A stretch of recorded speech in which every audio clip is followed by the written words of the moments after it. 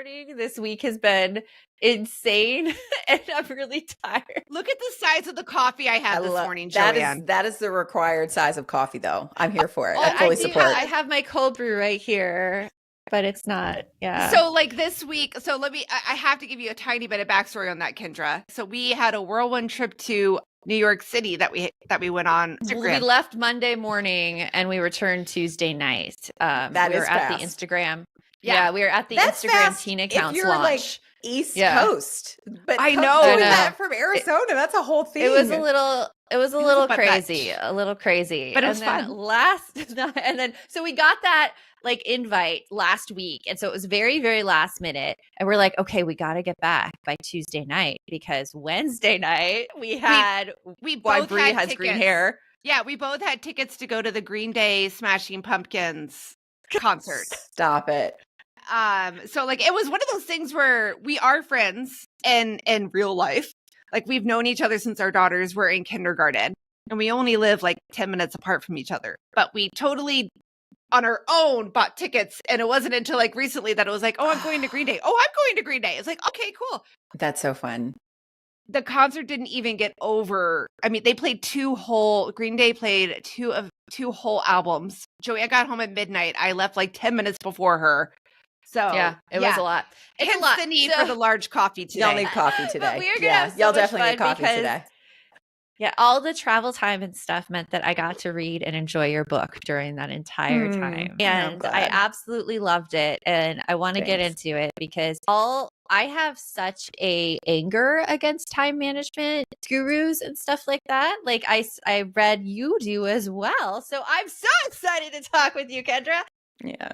First of all, I want to talk a little bit about your childhood and how you were like with organizing during childhood, because in the book you mentioned that you had these like alphabetized books of like your classmates in class. Like, oh my gosh. Tell me all the things. How were you as a kid? I still don't understand why anyone was friends with me and why I had a notebook of my classmates in alphabetical order, first and last name. Like I would do different like scenarios of, okay, so let's do a boy lesson and a girl lesson, like who's going to line up with it. Basically everything was trying to manufacture like a future life scenario in some way. It was kind of silly, but I grew up, I would say the best way to describe how I grew up is I was just a good girl. I was such a good girl. Yeah.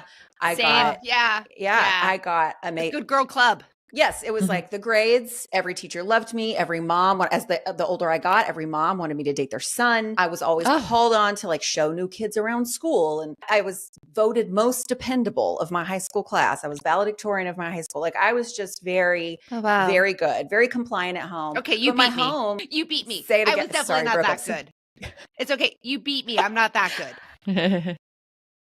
I was very, very good. But the biggest reason that I felt like I needed to do that, womp womp, is my home. I grew up in an abusive home. And so that being able to be compliant and structured and control what I could control was how I stayed safe. It's how I felt like I could be a person. I didn't want to draw attention to myself. It was all these things. So it was a weird thing. And it took a lot of therapy later to sort of name how complex and layered and pretty awful it is for a little girl growing up and becoming a teenager and all these things, that these choices that I made to be in control of my time and my stuff, and everything was listed and everything was checked off and I was very productive. Those behaviors to me were protective choices linked to something deeply traumatic. And yet on the outside, they were validated by every single person that I ever encountered. You know, like every person in authority, every adult in my life was just like, Kendra is so great. And inside I'm like, I guess I got to do this always now. Cool. That's exhausting. That's so interesting because I have a friend who is an amazing interior designer. She was a lawyer and then she quit being a lawyer to run her own interior design business. And she said the same exact thing about why she likes to decorate and redecorate her home. Her house was chaotic. Her mom suffered from mental illness, and that her room was her sense of control. So it's so interesting hearing that from you. about how like kind of like organizing behaviors and that sense of control starts to manifest. And then I'm guessing that there was some point in your life where like this sense of control just kind of like disintegrated. Yeah, maybe around parenthood. I had children. Yeah, always. We all think yeah, I do. We have an episode where we talk about that, how like we all think we got it down, right? And I worked in early childhood, 0 to 3 home visitation. So I was like, I know the importance of schedules and routines. I've got this down. I can do it. Kids are like, oh yeah, hold my baby bottle. Here we go. That's right. That's yeah, right. That's right. That's what happened. So what happened for you, Kendra, when the kids came along? So I had my son, my first son, when I was 27. So we waited a little while. My husband's 7 years older than I am. My first kid was 27 too. So I actually think I thought that I would be even better at it because I wasn't a mom as early. Like there was something about it that's like, I'm like so much more grown now. And then I had my kid and Sam is a delight. And it's funny how I look back at videos of my kids when they were babies. And even though they can't really say anything or they're just like, Mom, it's like, that's who you are now. Like, it's wild how they just are who they are. And Sam was and it currently is like so energetic, so passionate, incredibly verbal. And he never slept. He never slept. And those boys with the sleep. My gosh. I was like, my son killed me too. I didn't think 3 years. It took 3 years until we got to sleep through the night in our house. Yeah. It was, we got to, it was 18 months and he had not, this is not hyperbole, other than like less than 5 times. The child did not sleep for longer than 15 minutes at a time. It was awful. It was awful. I hired a sleep specialist. I cried so much. It was just so deeply traumatic. And he started to sleep longer around 18 months, and 6 months later, I had my second kid. So I was pregnant too during that because I had two. Okay, I have to ask, did that traumatize you about having a second kid? It did a little because I thought, okay, man, but I grew up, I have siblings, my husband has siblings, and we went through a number of conversations for a while. It was not a given that we were going to have kids at all. We really enjoyed being the two of us and had to kind of be, this does not have to be our choice. Like if we're able to get pregnant, that's wonderful. But also like, do we even want to try? And so when we decided to try, that was one of the things that was, we really were hoping that we would have more than one kid because we found a lot of value for our own lives and having siblings. So it took us almost 2 years to get pregnant with Sam. So we started trying to get pregnant as early as possible, thinking it would take a long time. And I got pregnant the first time we tried with Ben. And I'm like, well, that did not work out the way that I intended it to work out. No. So did the universe not see my checklist and my timeline? I had a timeline. I had the whole thing planned out. I did. And then my daughter, who, one day I will explain this to, she was super duper an accident. Like, my husband was scheduled. I'm not even kidding. My husband was scheduled to have a vasectomy. Like it was on the calendar for him to have a vasectomy. And I got pregnant. And I was what is happening? So every kid, and that's all we have.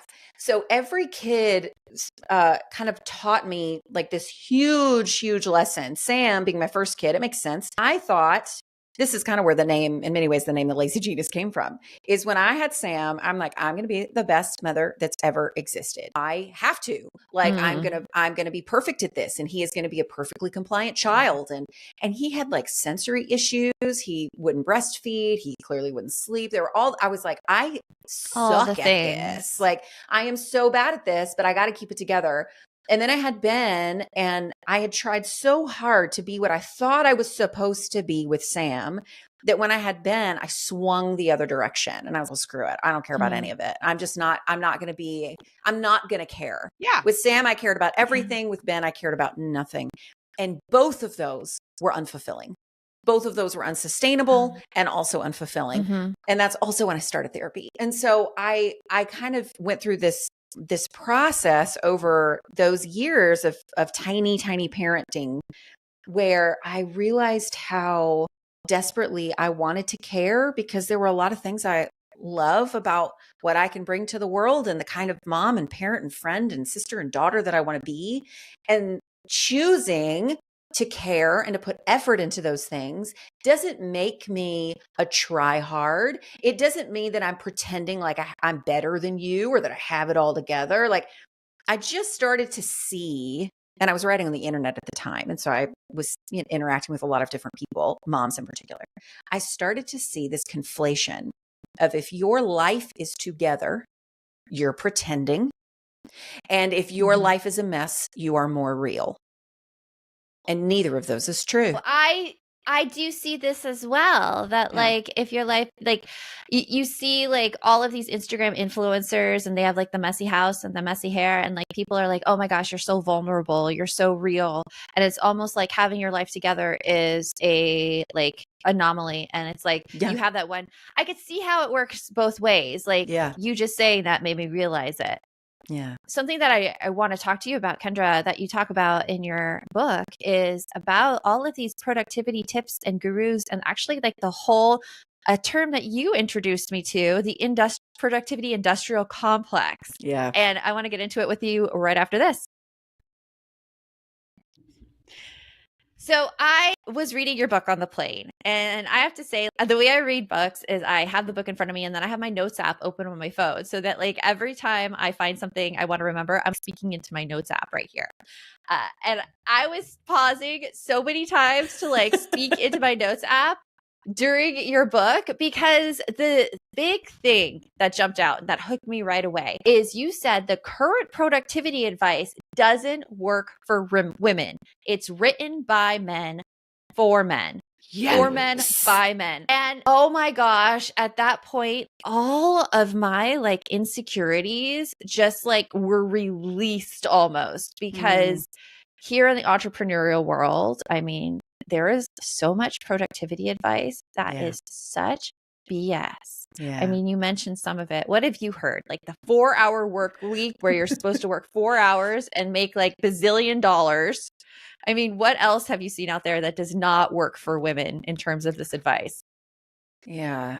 I think a couple of the things that are sort of pervasive in this productivity industrial complex, which essentially is that our culture has become so interwoven. The productivity industry has become so entangled with our culture, the industry. Like, in order for the industry to continue to make money, productivity has to be part of the cultural zeitgeist. And doggone it if it is not. Like, it is to the tune of billions of dollars. Like, we just, that's all we're sort of doing, is like, how can we master this and optimize this and make this thing better? And in many ways, it's the American dream. It is the potential. It's like, what is your potential? Hustle for this thing. And hear me, everyone listening. There is nothing wrong with any of the words I just said. Mastery, greatness, optimization, potential. None of those words are bad. All good. But if you make that your goal, when it is not actually your goal, you will always be behind. You will always feel tired. You will always feel like you're not doing enough. You're not being enough for people. Like, there is a constant deficit if that is your goal. And that is a goal that is much more accessible to the men in America than to the women in America. It is. There are so many times, honestly, where as an entrepreneur, I've been really, really hard on myself for not being productive enough. Like, if I have not made like my scheduled time blocks, or if I have no interest that day in my scheduled time blocks, I'm like, well, this is why I'm not making like millions and employing so many, is because I just can't fit to it. I don't have the willpower. I don't have the time management strategies. Right. I would say like one of the biggest fallacies out there is that if I just find the right organizational system, that's right. I can do it all. Listen, that's the productivity industrial complex. Is it tricks you to think that you are one course, one book, one planner, one whatever away from it working, which guess what that means? We keep spending money. We keep spending time. We keep investing in all of these things. It keeps the industry going. And let's look at, I mean, if you think about all of the time management books and productivity books and all the resources that you have probably consumed in your lifetime, and you're still struggling so much, okay? There is clearly a deeper problem than it being, yeah, you just aren't disciplined enough. Sorry, Joanne. There is that, such a deeper the problem is not you. No. Yeah. And so many moms feel this way too. Like I do one-on-one coaching with moms, and many come to me and they're like, you know what? My routine is gone to hell. Like I can't keep it together anymore. I'm directionless. And they're all blaming themselves for this. And so I want to break it down with you. Like first thing is, how are these productivity systems made for men, but they don't necessarily work for women? Yeah. Well, one of the biggest things that is missing from the 93% of time management books that are written by men, because it is 93%. I know. That was amazing. That's really high. That's really, really, really high. Is that men, there are 3 significant things that men who are authors do not have as part of their life that deeply, deeply affect one's time. The first one is men who write books probably do not have bosses. That's the first thing. If you're an author, you almost certainly do not have a boss. So you can control your own schedule. You can decide when you're going to check your email, when you're going to stop, you're going to take a day off. And I say that as someone who I am on my own boss. I don't work on Fridays. I have the privilege and luxury of being able to make that choice because I do not have a boss. Most people have a boss. So you have to, and that's the smallest one of the 3. So they don't have bosses. The second one is men traditionally are not carrying the mental load of the home. They are not holding together the invisible ecosystem of what is happening. You could have the most, I saw a comedian, I wish I could remember who it was, that there was a comedian and he said, he was like, you know what, on my best day as a dad, my absolute best day, I'm still a pretty shitty mom. And I was like, that sounds about right. That sounds about right. Yeah. That is right. Yeah. And so I think that we forget that even if you have a relationship, if you have a partner, we won't even talk about single parenting, but if you have a partner who is like really holds a pretty equal load with you, you're still probably noticing all the things. You are holding together like the times that the kids have to do this and the forms and you're the CEO. Yeah. Moms are generally the CEO of their home. Men are not. And that highly, highly, highly affects your time. And then the third one is dudes don't have periods. They don't have hormones that change all the time. And they don't have those.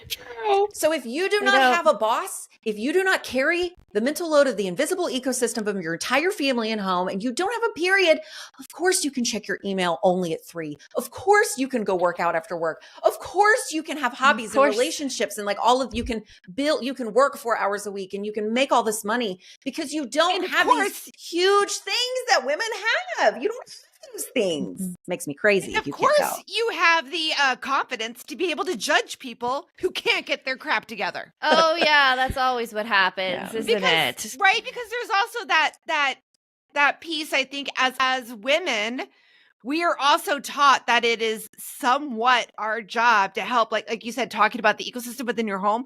It's also our job to kind of help hold everybody's emotional status together. That's right. Yeah. So we don't ever have the ability, not that we don't ever have the ability, Joanne definitely correct me on this one, but I think that it is much harder for us to say, well, that's your problem. Yeah, it's very challenging. Right. It is a lot harder to say that because also as you mentioned in your book, Kendra, we've been taught not to trust ourselves as women. When Bree said this thing, I'm sorry, that's your problem. I mean, automatically, anytime I think about saying that, I'm like, oh, but wait, if I had done this, this, and this beforehand, then this wouldn't even have happened. So it is my problem. And I'm so sorry I have failed you completely as a mother. Sure. But I mean, that's the thought process that happens. Yeah. It's unbelievable. It's unbelievable. Noticing first that this productivity system is created for men by men and that we, of course, need different rules. I want to know now, well, what's the solution? We're going to get into that right after this. Okay. So we were talking before, Kendra, about how, we as women, we haven't been taught to trust ourselves. We haven't been taught to really advocate for our own needs. And you have a system that you talk about in your book that helps you kind of make those priorities and everything. Can you tell us what PLAN, the acronym you use, stands for? Yeah, I can. And I think it's important before I explain the acronym to name that men are not the enemy here. No. They are swimming in the same waters we are. They have been taught, they have been sold short, just like we have. And there are a lot of people, not just women. Women do need different tools because we have different challenges. We have more to hold. But I think it's just really important for it to not become like a resentful us versus them feeling in our bodies as we're moving this way, because really the goal here, the thing that informs the PLAN acronym, is a different goal. And you can choose the goal of greatness and mastery and optimization. If that is the goal that resonates with you, you are allowed to choose that. If you're an Olympian, you're going to choose that. If you're a surgeon, you're going to choose that. Like, there's nothing wrong with that goal. That, though, is that's sort of sold as like the mainline goal that's supposed to be for most of us, when really that's the exception. I think greatness is the exceptional goal. The normal goal here that applies especially to women, but also to men, is integration. It is being who you are, where you are. It is being connected to yourself and to your life, and you are able to withstand whatever the circumstances are, that you are not at the whim of the circumstances in your life. That also releases you from the pressure to manufacture, manipulate, and control the circumstances of your life. If the way that we live is disconnected in a very healthy way from what the circumstances are doing to us, it works both ways. They don't knock us down, but they also were like, hey, we don't have to worry about that so much. And that's relevant to both men and women. A lot of stress. That releases a lot of stress from women as well, because I often feel like I need to control situations more so than I should. Like, even when we were in the car last night, we were driving to a concert and my husband was driving, and I wanted to tell him, oh, go in this lane over here. You're going to miss that up there. If you don't like switch over, it's going to, like, all of those things, and able to control a situation that I was not in charge of. Like, it's hard to switch it off, right? It is hard to switch it off. Shut my mouth when I do that. Yeah. But do you find, like, Joanne, that it's really hard to shut that train of thought off? Like, do you try to shut off that train of thought, or do you just try to shut your mouth and just be like, I'll just let thoughts go? I shut my mouth because I'm huge in self-compassion. So listen, what I'm doing right now, I am in pain. I am hurting. Things are not going the way that I want them to go. I'm going to give myself comfort right now in this scenario. But yeah, I don't think you could shut off the line of thinking. Well, but it's hard. It's hard. Yeah. That's why I was asking. Because I think that some of us think that we just need to, it comes along that same line, that we think that we just need to stop thinking that way. Well, if I would just stop worrying about everything, or like my little saying that we have here at No Guilt Mom for me is, if I would just stop worrying about step 20 and just worry about step 1, I'd be okay. But that is a lot harder. Like, you're like everything that you talk about in your book, like it's so hard to rip through the years of being told that we're responsible for everything. We must hold everything. Well, and it's such a nuanced thing that changes. This is the reason why these things need to be spoken about for women specifically in a better way, because there are days where my logistical brain is such a benefit to my family. Like, I'm so glad I have it, because it means that we're able to kind of thrive and roll, and we're just doing our thing. And so it's not so much that it's like, I don't want us to, kind of like demonize our ability to hold things together. Like, that's a really beautiful thing that you offer yourself and your family.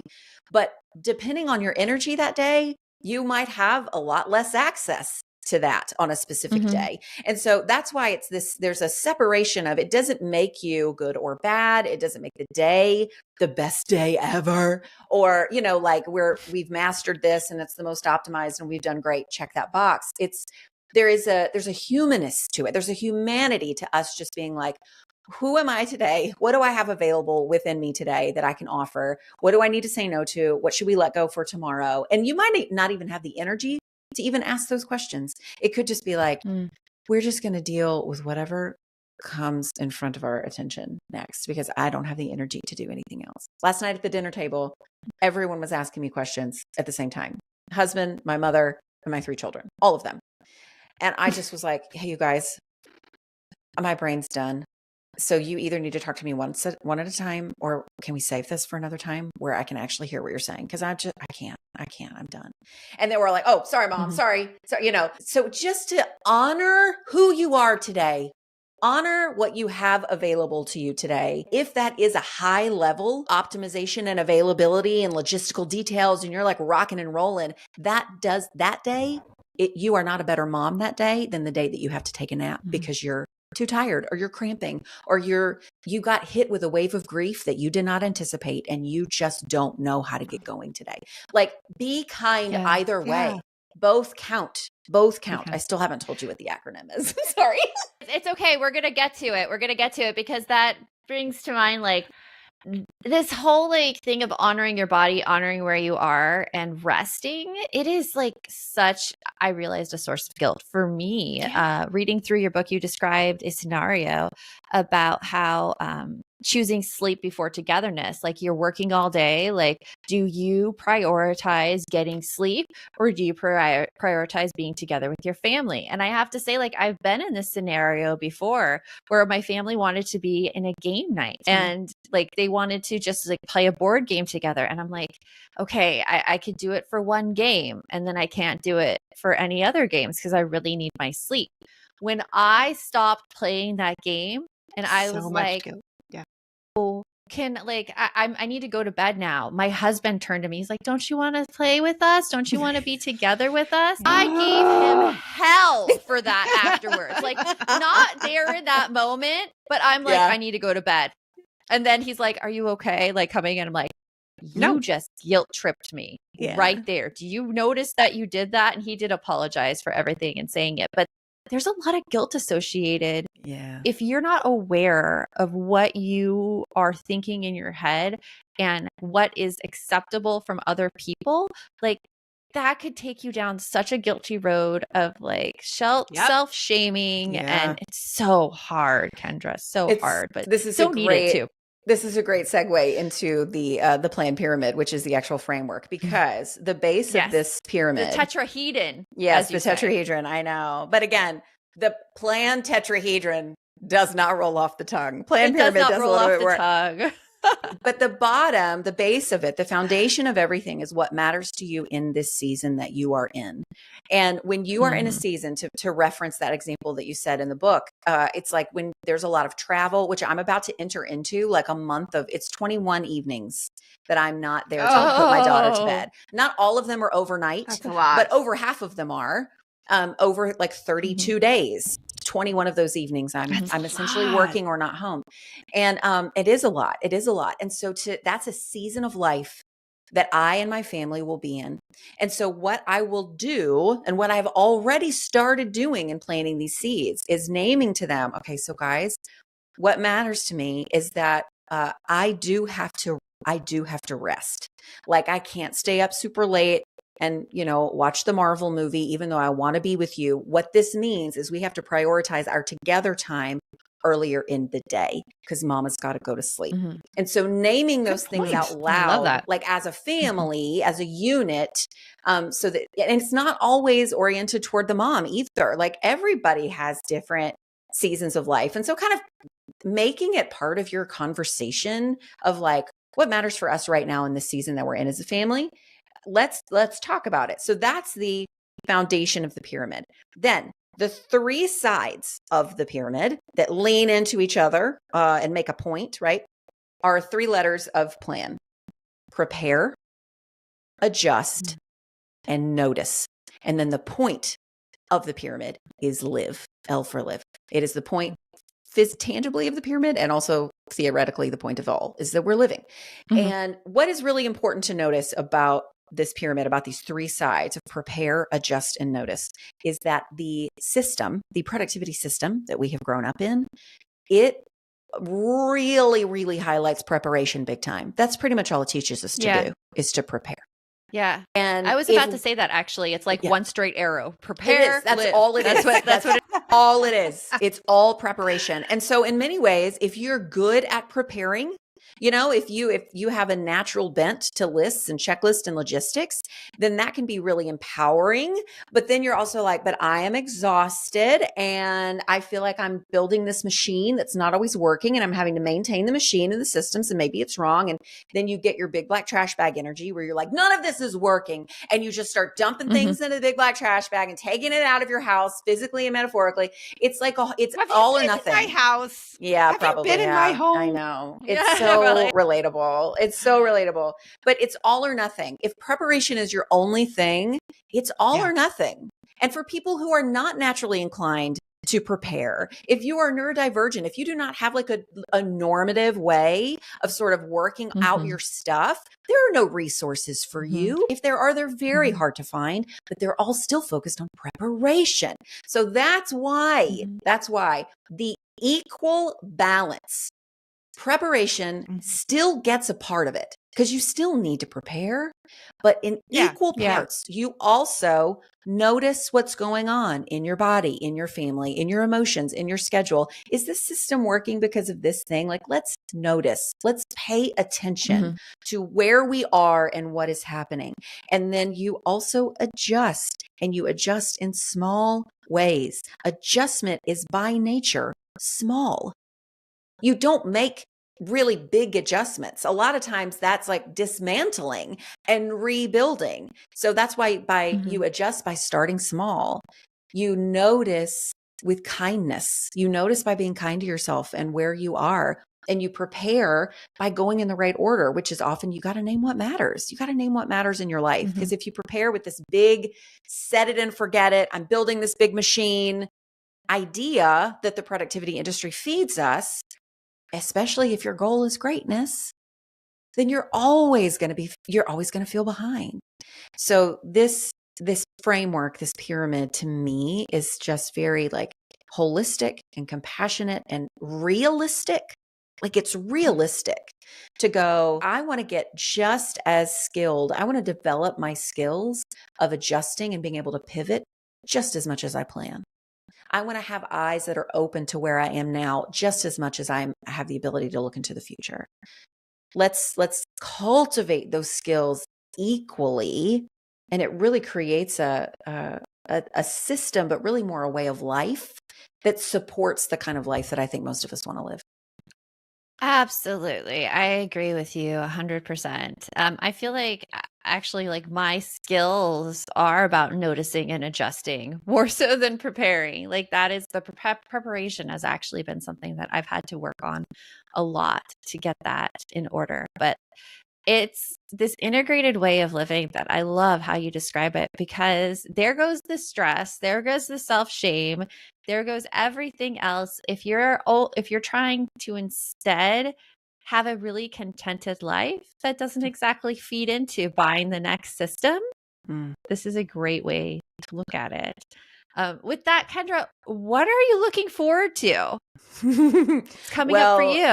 I know. I am very much looking forward to it. So my book, The Plan, released on October 8th, which is so very exciting. And so I'm about to kind of go into this. Well, it's the 21 days that I said of not being home, but I really am so excited to meet people in person and talk about this more and more. But honestly, I think the thing that I'm the most excited about, because the book hasn't been out for very long, is for people to actually read it. I really cannot wait for people to start reading it, because it's one thing to like support me and like, that sounds like a good book, let's get it, but to read it, because that means it's like going to impact your life. So I'm looking forward to like a little bit down the road as people start to actually read and feel kind of that release and that deep breath and that freedom, but also they're given the skills to, they're practical things. It's not just like one big pep talk that's like, you got it, girl, and then leaves you with no tools. Like, there's tools there too. So I am so excited for this wave. I don't know how big the wave is going to be, but I'm so excited for this wave of women to finally be like, feet on the ground, baby. This is who I am. This is the life that I love. And I feel like if we have a world full of women who feel that way about their lives, watch out. It'll change. It's a beautiful, beautiful thing. That is my dream as well. Women to step into that confidence, because we are a powerful force when we stop shaming ourselves. Like we can use all that energy to move forward. That's right. That's unbelievable. Well, Kendra, it has been wonderful talking to you. Go and get Kendra's book.